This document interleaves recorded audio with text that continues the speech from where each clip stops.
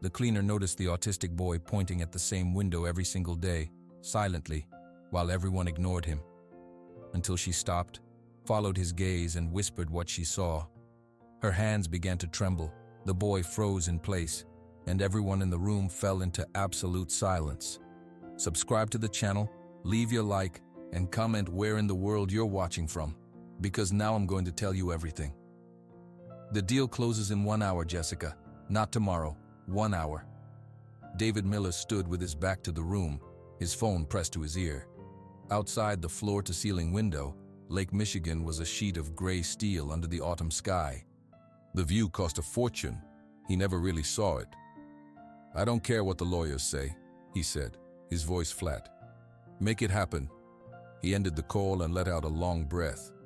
Silence filled the penthouse. It was the kind of quiet that felt heavy.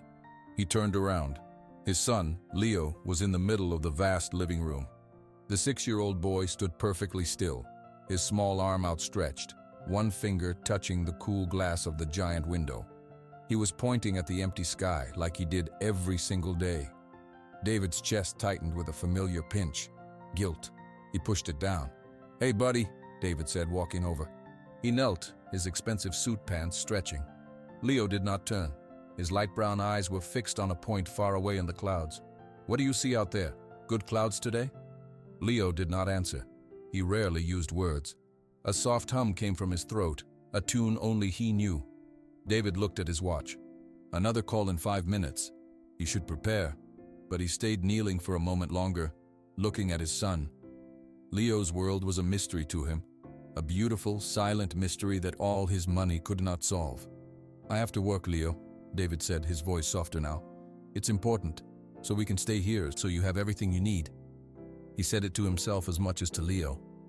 He reached out to put a hand on Leo's shoulder, but stopped. Leo did not like sudden touch. David pulled his hand back and stood up. "Mr. Miller?" a gentle voice said from the doorway. Maria Flores stood there with her cleaning cart. She wore simple, comfortable clothes. Her hair was in a neat bun. She gave a small, warm smile. "Maria," David nodded, already walking toward his study. "Leo's just watching the sky, again." "He is very focused," Maria said, her eyes on the boy. "Yeah, focused." David paused at his study door. "His therapist said it's a harmless stim, a self-regulation thing. Just let him do it." "He sees things," Maria said quietly, more to herself than to David. But David was already gone, the door clicking shut behind him. The sound of his voice starting another call murmured through the wall. Maria pushed her cart into the room. She moved quietly, dusting the shelves. She always worked around Leo, never disturbing him. She had been cleaning this apartment for a year. She knew its rhythms. The quiet boy, the loud, busy father, the ghost of a mother whose pictures smiled from the walls. Week after week she had watched Leo. His pointing was not random. It was the same time, the same spot, the same stiff, urgent posture. It was not just looking. It was asterisk showing asterisk. Today, something in Maria would not let it go. She put down her duster. She walked slowly across the room until she stood behind Leo. She looked at the sky where he pointed. Nothing. Just clouds and the tall buildings of Chicago. She moved to the side. Still nothing. Then she knelt down. She lowered her head to the height of Leo's small shoulder. She lined up her eyes with his pointing finger, trying to see the world from his exact point of view. For a second, she saw only glass. Then the afternoon light from outside shifted, hitting the window at a new angle. Maria's breath caught in her throat. There on the glass were thin lines. They were not on the surface. They were asterisk inside asterisk, the window itself, etched with perfect clarity. They formed numbers and symbols, a sequence that was not random. A message hidden in plain sight, visible only from this one precise spot. Leo had been pointing at it every single day. Maria's hands began to shake. She looked at Leo's calm, focused face. He had seen this. He had been trying to tell them. She heard David's voice rise behind the study door, talking about millions of dollars. Her heart hammered against her ribs. This was not a game. This was a secret, a dangerous one. She had seen hidden things before, long ago. They always meant trouble. She had to show David. He had to look, now. She stood up. her knees feeling weak. She walked to the study door and raised her hand to knock. The sound of David's negotiating voice was loud on the other side. "No, the terms are final," he was saying. "My family's security depends on this." Maria closed her eyes for a second. Then she knocked firmly on the door. The knock on the study door was firm, but the voice that followed was not. "Mr. David, please, it is very important." Inside, David Miller frowned at his phone. "Jessica, I'll have to call you back." He ended the call, irritation tightening his jaw. He pulled the door open. "Maria, is something wrong? Is Leo hurt?" No, Leo is fine, but you must come. You must look." Maria's face was pale, her eyes wide. She pointed a trembling finger toward the living room. "Look at what? The sky?" David sighed, running a hand through his hair. "Maria, I have a very busy day. Please." Her voice was a sharp whisper. It was a tone he had never heard from her before. It was fear. "Your son, he's not watching clouds. He is showing us a message in the window." David stared at her. The words made no sense. A message in the window? But the fear in her eyes was real. He walked past her into the living room. Leo was still there, a small statue pointing at the glass. "See?" Maria hurried to Leo's side. She knelt down again. "You must get low. You must look from exactly here. Line up your eyes with his finger." Feeling foolish, David loosened his tie and knelt on the expensive rug. He was a tall man, and it was awkward. "This is a waste of time, Maria. Just look, Mr. David." David huffed. He shifted until his head was next to Leo's small shoulder. He looked out at the gray sky. He saw buildings, the lake, a few seagulls. "I don't see anything." "Wait for the light," Maria whispered. David was about to stand up when a cloud outside moved. A beam of dull afternoon sunlight hit the window at a different angle. And there it was. Thin, silvery lines appeared in the glass. They were not scratches. They were perfectly formed numbers and symbols, fused deep inside the pane. They formed a sequence, a series of numbers, a dash, then more numbers. One part of the sequence was separated, blinking like a tiny, silent heartbeat. "What is that?" David's voice was a dry crackle. He leaned closer, his nose almost touching the glass. "How is that there?" "It is inside the glass," Maria said. "It was made that way. Leo, he sees it. He has been seeing it for a long time." David's eyes jumped across the symbols. His brain, trained for numbers and data, began to decode it. The separated, blinking part was not just numbers, it was a countdown. He recognized the format. It was counting down to a date. His blood turned to ice. The date was tomorrow. He scrambled back, away from the window as if it had burned him. He stared at Leo, who finally lowered his hand and looked at his father. The boy's expression was calm, serious. "Tomorrow?" David whispered. He looked at Maria, then back at the hidden message. "That's impossible. This window, Elena designed it. She had it specially made before." He could not finish the sentence. "Before the car accident, 2 years ago." A cold, terrible thought settled in his stomach. The accident had always felt like a random, cruel twist of fate. What if it was not? Leo walked over to the large leather sofa. He picked up a small blue toy car from the floor where he had lined them up earlier. He brought it back and pressed it into his father's hand. It was a simple gesture, a comfort. David looked from the toy car in his hand to the secret in the window. All this time, every single day, his son had been standing there pointing at a warning, and David had been on the phone telling people his family was secure. "He was talking to me," David said, the truth crushing his chest. "And I wasn't listening." Maria nodded slowly. "What does the rest of the message say? The numbers that are not the countdown?" David forced himself to look again. He ignored the blinking countdown and focused on the other symbols. It was a string of numbers. "It looks like an address or a code." His business mind clicked into gear, pushing the shock aside. "It could be a box number for a safety deposit box."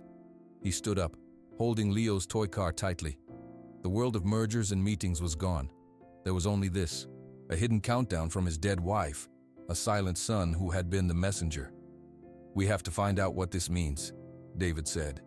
His voice was different now, lower, urgent. "Before that timer runs out."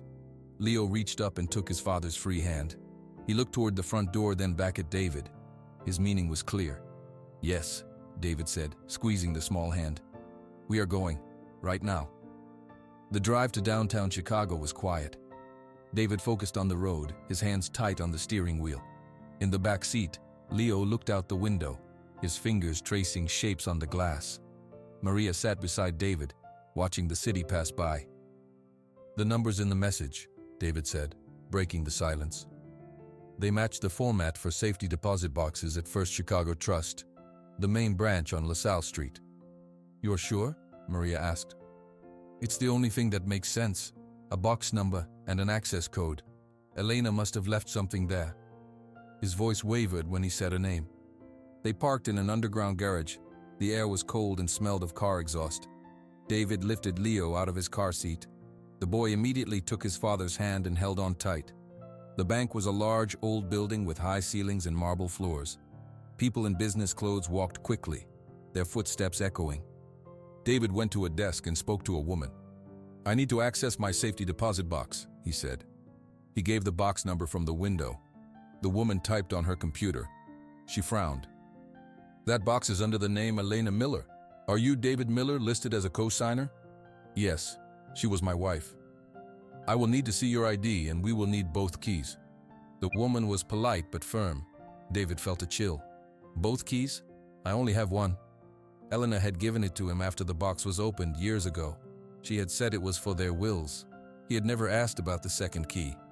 The woman's expression was sorry. "I'm afraid you need both keys to open the box, Mr. Miller. It is a dual control system. It is for security." David's mind raced. The countdown was ticking in his head. They had no time. He was about to argue when he felt a tug on his hand. Leo was pulling him.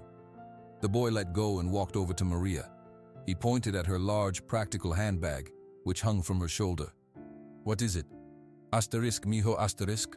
Maria asked softly. Leo just pointed again, his finger aimed at the bag's front pocket. Maria's eyes met David's, confused. She opened the flap of the pocket. Inside, among her tissues and a small wallet, was a single shining silver key. She had never seen it before. Her face went pale. "This was not here. I do not know how this got in my bag." David took the key. It was identical to the one he carried in his own wallet. He understood. "Elena," he whispered. "She must have put it there. Sometime before she died. She knew you would be here. She knew you would be with Leo." Maria looked shaken. She had cleaned for Elena too. They had shared quiet conversations over coffee. Elena had always thanked her, had always asked about Maria's family. It was a kindness, not a setup. It was a trust. With both keys, the bank woman led them to a private room. A heavy metal box was brought out and placed on a table. David used the two keys. The lid opened. Inside was not money or jewelry. There was a single sealed white envelope with David's name written on it in Elena's handwriting. Under it was a small faded map of the city and a few photographs of buildings. David's hands shook as he picked up the envelope. He tore it open and pulled out several pages of a letter. He began to read it aloud, his voice growing quieter with each sentence. "My dear David, if you are reading this, the window has shown you the truth, and it means I am gone. I am so sorry. I have not been honest with you. My work was not just architecture. I was a researcher for a company called Omnicorp. I helped design secure buildings. But then I discovered their real project. It is called the Gray Room." Maria made a small, sharp sound. Her hand flew to her mouth. David glanced at her, then continued reading. "The Gray Room uses stolen information, from phones, from computers, to predict what people will do, to control them. I found proof. I copied it onto a device called the Silicon Core. I hid it. I hid it where only our son can find it, because he sees the world in a way they never will. Omnicorp knows I took it. They will be watching you. You must be careful. You must listen to Leo. He knows the way, and I love you both, forever. Elena." The room was silent. David stared at the words, his vision blurring. His wife had lived a secret life. She had been in danger, and he had been too busy to notice. Leo reached into the box. He did not touch the map or the photos. He pulled out a small folded square of paper from the very bottom. It was a child's drawing done in crayon. He unfolded it and put it on the table. It was a drawing of a tall building. Next to it was a simple shape of a car. and next to the car, a stick figure with long hair lay on the ground. Above it all, Leo had drawn a series of glaring yellow eyes. David looked from the drawing to his son's serious face. He finally understood what Leo had seen and had never been able to say. The car accident was not an accident. "We have to go," Maria said suddenly. Her voice was urgent. She was looking past David toward the door of the private room. Her eyes were wide with a fear David now recognized. "Now, Mr. David, we must leave right now." "What is it?" David whispered, quickly gathering the letter and the drawing from the table. "A man in the hallway," Maria said, her voice low and tense. "He does not look like he works here. He is just standing there, watching the door." David shoved everything into the inner pocket of his suit jacket. He picked up Leo, who clung to him silently. "Is there another way out?" "The private rooms have a rear exit for staff," the bank woman said, her professional calm now edged with worry. "It leads to the service corridor." "Please show us," David said. They followed her through a plain door behind a curtain. The hallway was narrow and lit by bright fluorescent lights. It smelled of cleaning supplies. At the end was a door marked "Exit." "Thank you," David said to the woman. He pushed the door open, and they stepped out into a narrow alley between tall buildings. The air was cold and the sounds of the city traffic were muffled here. "We need to get to the car," David said, shifting Leo's weight. "No," Maria said sharply. She was looking up and down the alley.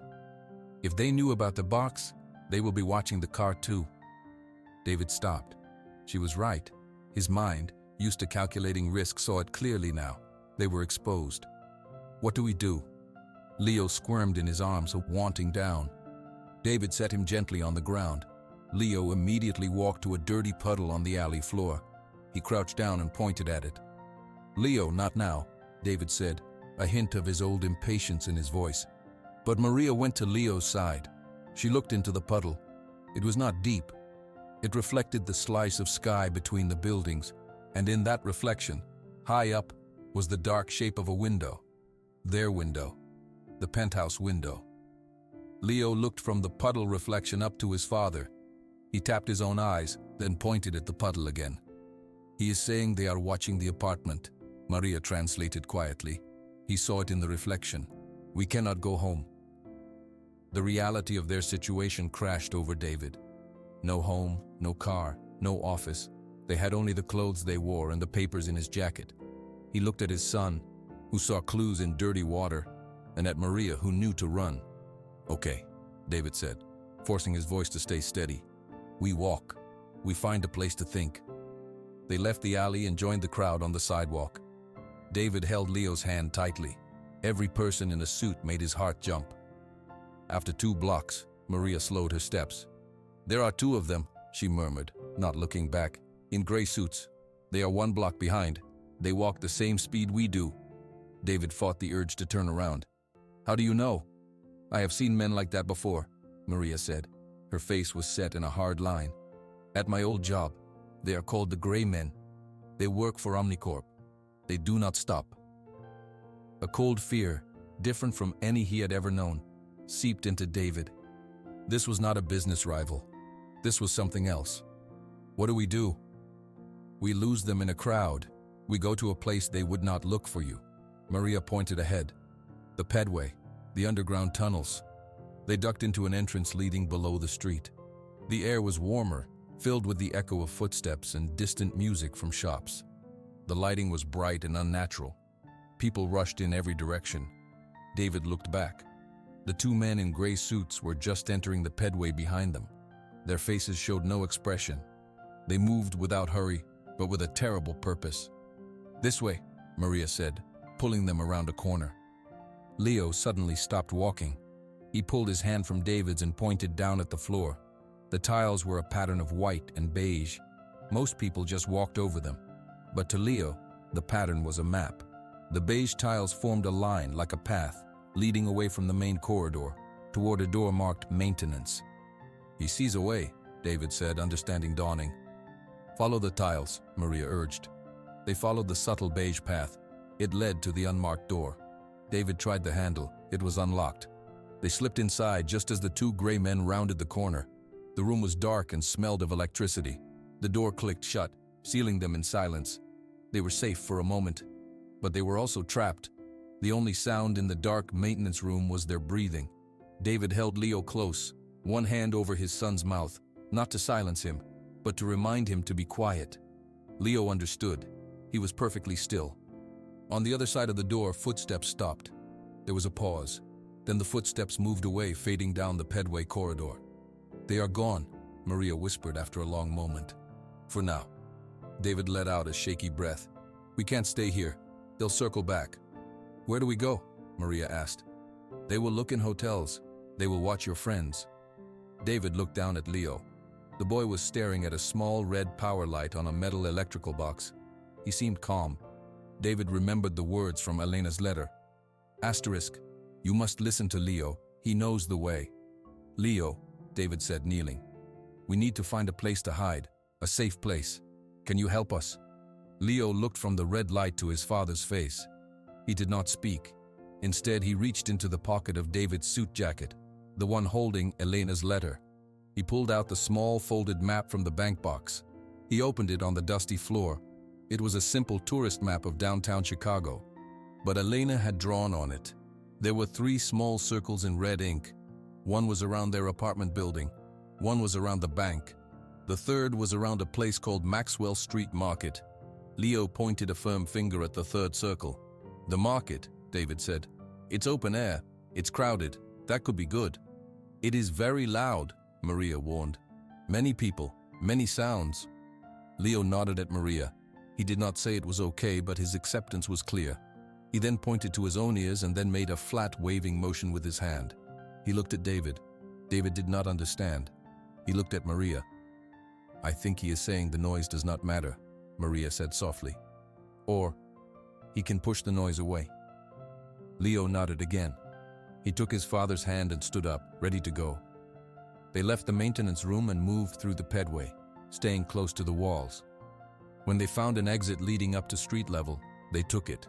The cool afternoon air felt heavy with danger. They walked for several blocks, sticking to side streets. Finally, they heard the market before they saw it. A wave of sound, music, people shouting, the sizzle of food on grills. Maxwell Street Market was a chaos of color and noise. Stalls sold everything from old tools to new socks. The smell of fried onions and polished sausage filled the air. Leo immediately squeezed his eyes shut and covered his ears with his hands. The sensory assault was intense. David's heart sank. This was a mistake. But then, Leo opened his eyes. He took his hands from his ears, though he kept them raised near his head. He started to walk, not randomly, but with a slow, deliberate focus. He was not looking at the people or the stalls. He was looking down at the ground. David and Maria followed. Leo led them past a stall selling radios, past a man grilling meat. He stopped where 2 aisles of the market crossed. The ground was patchy asphalt, cracked and worn. Leo pointed to a long, jagged crack in the pavement. To David, it was just a crack, but Leo traced its shape with his finger. It was not straight. It had a sharp angle at one end, like an arrowhead. The crack pointed down the less crowded of the 2 aisles. "An arrow," David whispered in amazement. Leo looked up at him and gave a single small nod. Then he started walking in the direction the crack pointed. They followed him deeper into the market. Leo's head was on a swivel, not in panic, but in observation. He ignored the yelling vendors. He watched the strings of lights above them. He watched the way shadows fell between the stalls. He stopped again, in front of a stall selling old lamps. One lamp with a bright orange shade was plugged in and turned on. Its light flickered. Not a steady flicker, but a pattern. On, off, on, off, off, on, off. Leo watched it, his lips moving silently as if counting. He looked from the flickering lamp to a narrow gap between 2 stalls behind the vendor. The gap led to a cluttered back area of stacked boxes and discarded pallets. A hidden space. Leo pointed at the gap. "The light told him," David said, understanding dawning. "The flickering pattern. It was a signal." Maria touched David's arm. "Look behind us." At the far end of the aisle, a man in a gray suit stood, scanning the crowd. He had found them. "Go," David said. They slipped through the narrow gap into the shadows, leaving the noisy, bright market behind. They were hidden again, guided by a silent boy who saw the city as a map of secret signs. The space behind the market stalls was cramped and dark, filled with the smell of old wood and rotten vegetables. They huddled behind a tower of empty crates, listening. The sounds of the market were muffled now. "Do you think he saw us?" David whispered, his arm around Leo. Maria peered through a gap between the crates. "I do not see him, but they are patient. They will wait." David looked at her. In the dim light, her face was lined with a deep, familiar fear. Not just the fear of today, but an old fear. "You know them, the gray men. You said you've seen them before." Maria sat down slowly on an upturned plastic bucket. She nodded, her hands folded tightly in her lap. "Yes, I worked for Omnicorp for 10 years.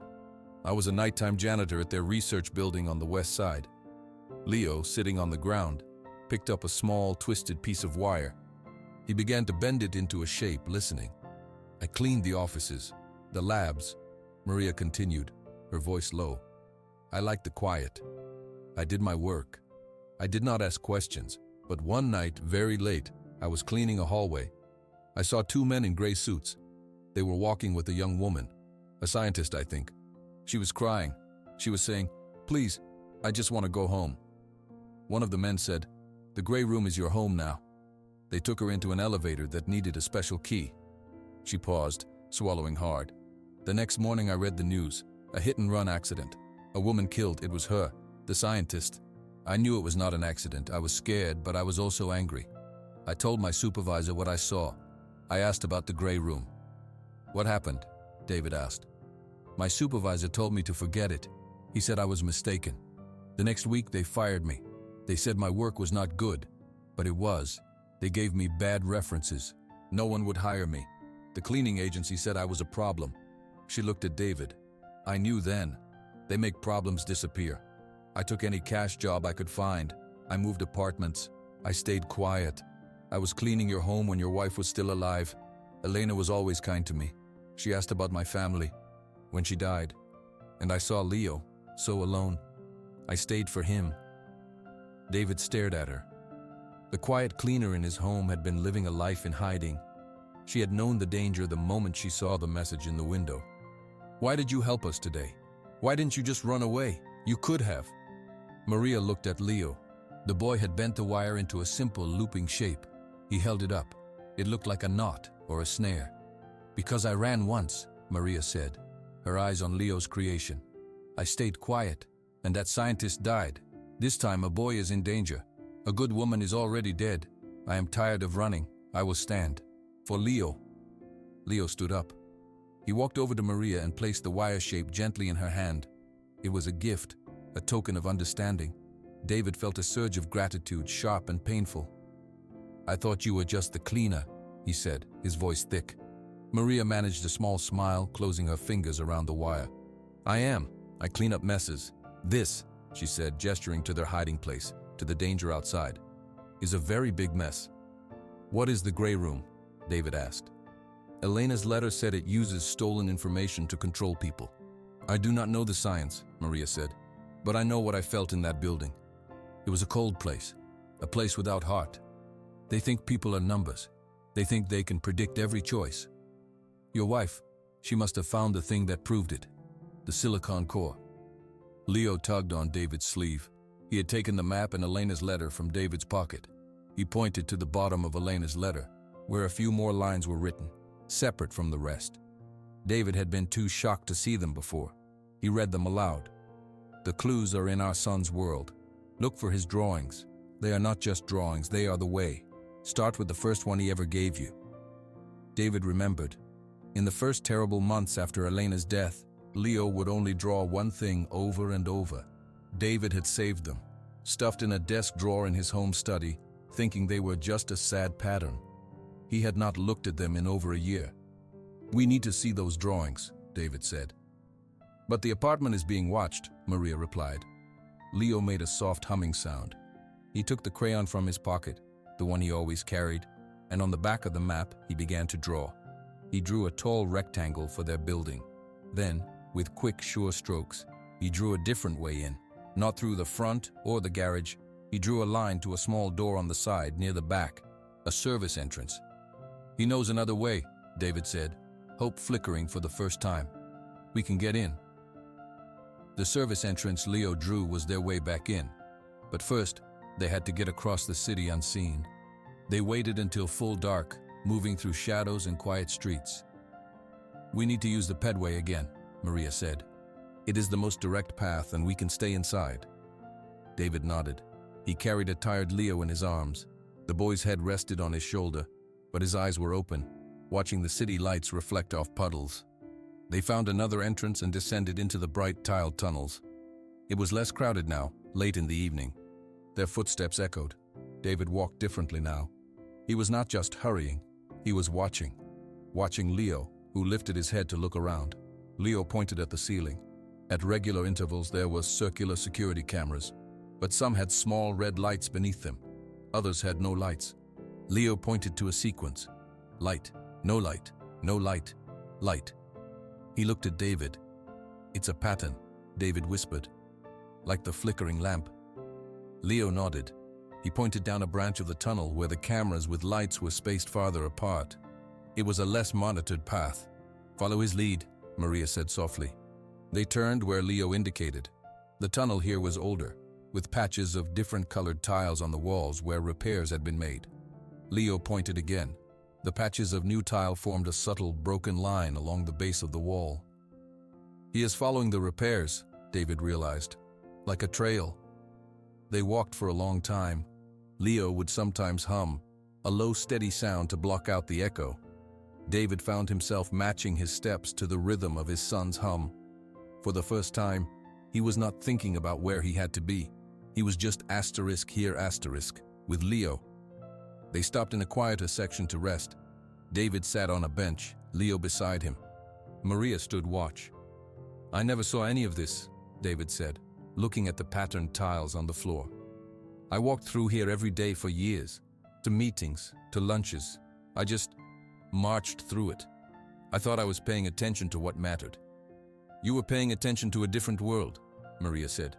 "It was a world that didn't include my son," David said, the truth of it aching in his throat. He looked at Leo. "You see everything, don't you?" Leo leaned against his father's arm. He took the crayon from his pocket and found a scrap of paper in Maria's bag. He began to draw. He drew the pedway tunnel. He drew 3 stick figures, a tall one, a short one, and one with a skirt for Maria. Then he drew lines connecting them, a web of connections. Finally, he drew a large heart around all of it. He pointed to the heart, then to his own chest. "He feels connected," Maria said, her voice warm. "To us, here, now." David's eyes filled with tears. He put his arm around his son. "I feel it too, buddy. I'm sorry it took me so long." Leo rested against him, his drawing held tightly in his small hand. He was not guiding them just to a place. He was guiding his father to a new way of seeing, to see the patterns, the connections, the quiet love that was always there. A train rumbled somewhere deep beneath them, a distant vibration. Leo sat up. He felt the vibration through the bench. He looked down the tunnel, then pointed urgently. The sensation had given him a new direction. "The vibration?" David asked. Leo nodded. He slid off the bench and started walking, not quickly, but with certainty. He was following a feeling through the soles of his shoes, a trail no one else could sense. David and Maria exchanged a look and followed without question. They were no longer just running. They were following a map only Leo could read. The service entrance was a plain gray door near the dumpsters. Leo pointed to a keypad beside it. David, who had only ever used the garage or the grand lobby, had no idea what the code could be. Leo stepped forward. He did not look at the numbers. He looked at the keypad itself. The buttons were worn from years of use. 4 of them, 7, 3, 0, 5, were slightly more faded than the others. Leo pressed them in that order. A green light flashed. The door clicked open. David stared. "How did you know that?" "He sees what hands have touched," Maria said, her voice full of awe. "The buttons people press the most." They slipped inside into a concrete stairwell. The air was warm and smelled of laundry soap. They climbed up to the penthouse level, but instead of going to their front door, Leo led them to a utility closet down the hall. He pointed to a ceiling panel. David lifted the panel. Inside the crawl space, dusty and dark, was a small, flat metal box. He pulled it down. They took it back into the stairwell for light. David opened it. Inside were more of Elena's notes. Not a letter this time, but pages of plans, technical drawings, and a personal journal. David read the journal pages aloud, his voice growing weaker with each sentence. The gray room algorithm is complete. It can predict a person's next move with 97% accuracy. It uses their emails, their purchases, their location data. Omnicorp plans to sell it to the highest bidder, to political groups, to foreign governments. It will not just predict people. It will guide their choices without them knowing. He turned a page. I have copied the core code, the silicon core. I have hidden it. David is so busy building a safe future for Leo. He does not see the danger right now. I must protect them both. I must make a plan only Leo can follow. He is the only one they cannot predict. David's hands shook. She did all of this alone. While I was at work, while I was on the phone, she was carrying this terrible secret. He read the last entry, dated just days before her death. They know. My security access was revoked today. They are watching me. I have activated the message in the window. The countdown will start. I pray Leo sees it. I pray David listens to him. I love you, my brave, quiet boy. I love you, my busy, brilliant husband. Forgive me. The journal ended. David closed his eyes, the pages crumpling in his fist. A deep, wounded sound escaped his throat. She was scared. She was all alone, and I was in a meeting. I was arguing about stock prices. Maria put a gentle hand on his shoulder. She loved you. She trusted you to finish it.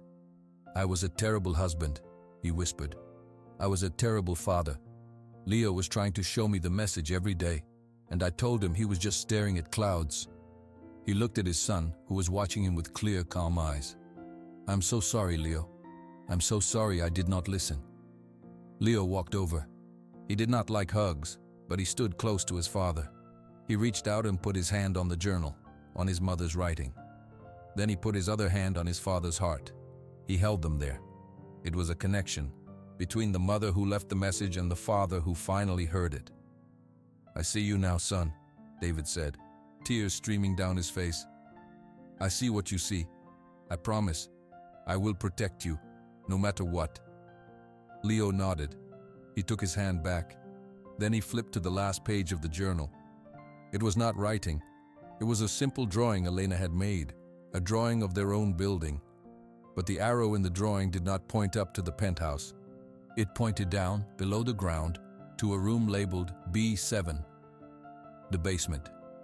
Leo tapped the drawing. Then he pointed down the stairwell, into the depths of the building. The final clue was not across the city. It was right beneath their feet. The door to the basement level was heavy and made a loud groan when David pulled it open. The air that rushed out was hot and thick, smelling of damp concrete and old machinery. This is for maintenance only, David whispered, holding the door for Maria and Leo. It is where no one looks, Maria replied, her eyes scanning the poorly lit corridor ahead. Leo walked in first. The humming of giant boilers and electrical panels filled the space with a constant low rumble. Pipes coated in white insulation ran along the ceiling. Leo did not hesitate. He turned left, then right, following a path only he knew. He was not looking at the doors they passed. He was counting his steps. After 47 steps, he stopped in front of a plain, unmarked door. It was locked. David looked at the sturdy handle. We don't have a key for this. Leo crouched down. He pointed to the base of the doorframe. There was a gap, just a small one, where the concrete floor had settled.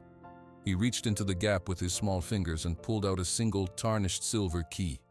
Maria let out a soft gasp. Your mother thought of everything. David took the key. It turned smoothly in the lock. The room inside was even hotter, filled with the hiss of steam from leaking pipes. It was a dead-end room, crowded with old paint cans and rusted tools. Leo walked directly to the far wall. It was made of exposed, dirty red brick. He stood very still, his eyes moving slowly across the wall, scanning each brick.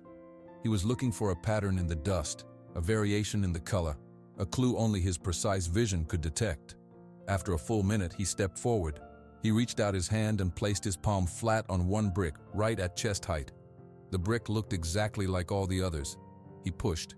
There was a soft asterisk, click, asterisk. A section of the wall, 3 bricks wide and 2 bricks high, slid inward an inch. Leo hooked his fingers into the new gap and pulled. A small compartment opened in the wall. Inside the dusty space was a single object. A small, black rectangular device, no bigger than a thumb drive. It had no brand name, no markings, just a plain, sleek piece of dark plastic and metal. The silicon core, David breathed. He reached in and picked it up. It was surprisingly light. This was it, the proof of everything, the reason Elena died, the thing Omnicorp would do anything to get back. Leo looked at the device in his father's hand, then up at his father's face. His job was done. He had followed his mother's trail to the very end. A slow, steady clapping sound came from the doorway. David spun around, shoving the drive into his pocket. A woman stood there, blocking their only exit. She was dressed in a perfectly fitted gray suit. Her hair was blonde and cut in a sharp bob.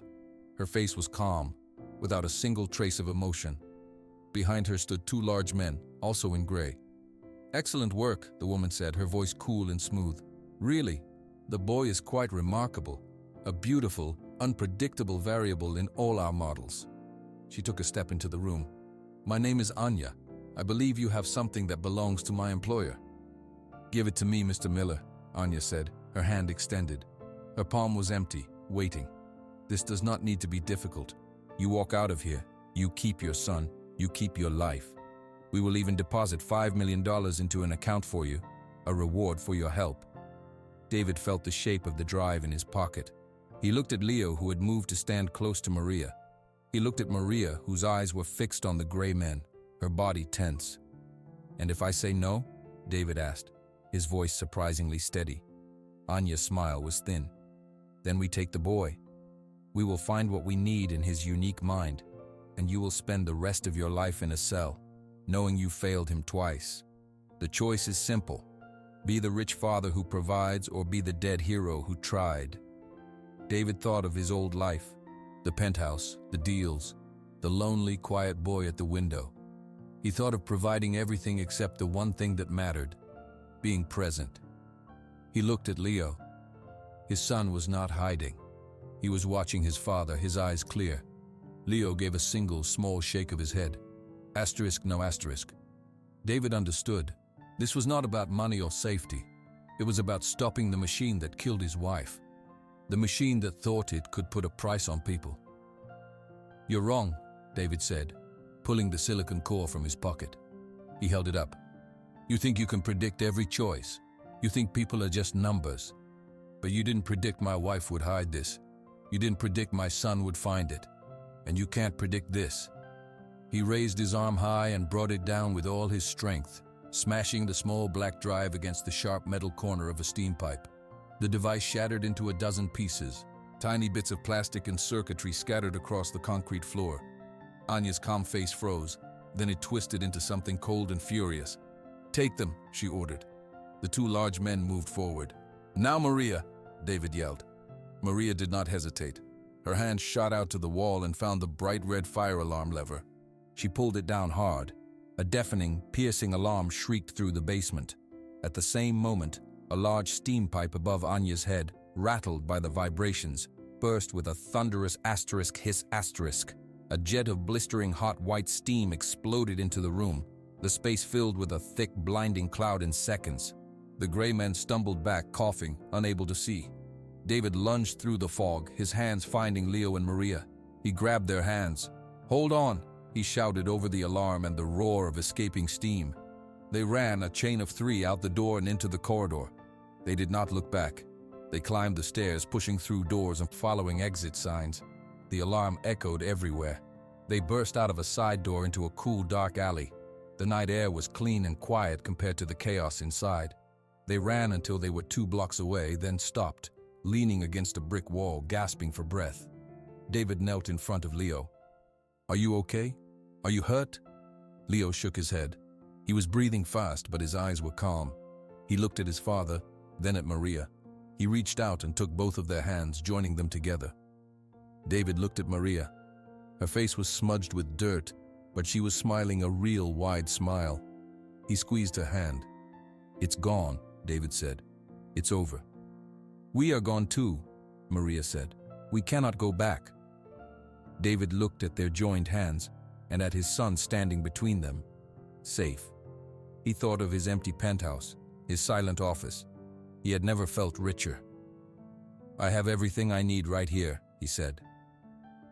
They walked away from the alley, 3 people holding hands, a new family forged in trust, finally seeing each other clearly for the first time.